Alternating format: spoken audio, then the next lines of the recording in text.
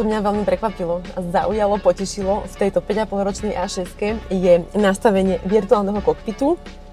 To znamená, že cez nastavenia si zaklikneme ukazovateľ a jas a tu si dáme virtuálny kokpit, ktorý teda buď máme klasický, ako poznáme, vieme si ho konfigurovať, ktoré tam chceme alebo nechceme ukazovateľe v rámci spotreby, rýchlosti, trasy, dátumu a podobne.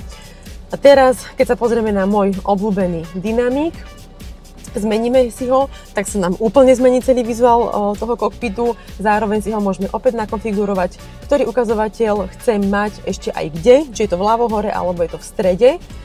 A potom takisto si zase môžem dať športový a ten si takisto môžem potom ešte špeciálne konfigurovať, ktoré ukazovatele tam chcem mať. Takže takto si to viete prispôsobiť, ako sa vám to aj páči, ale aj podľa toho, čo potrebujete vy reálne mať v tom aute. Takisto ovládanie vzadu viete nastaviť, čo sa týka detí, detskej poistky, aby tam nebabrali s klimatizáciou, čiže super.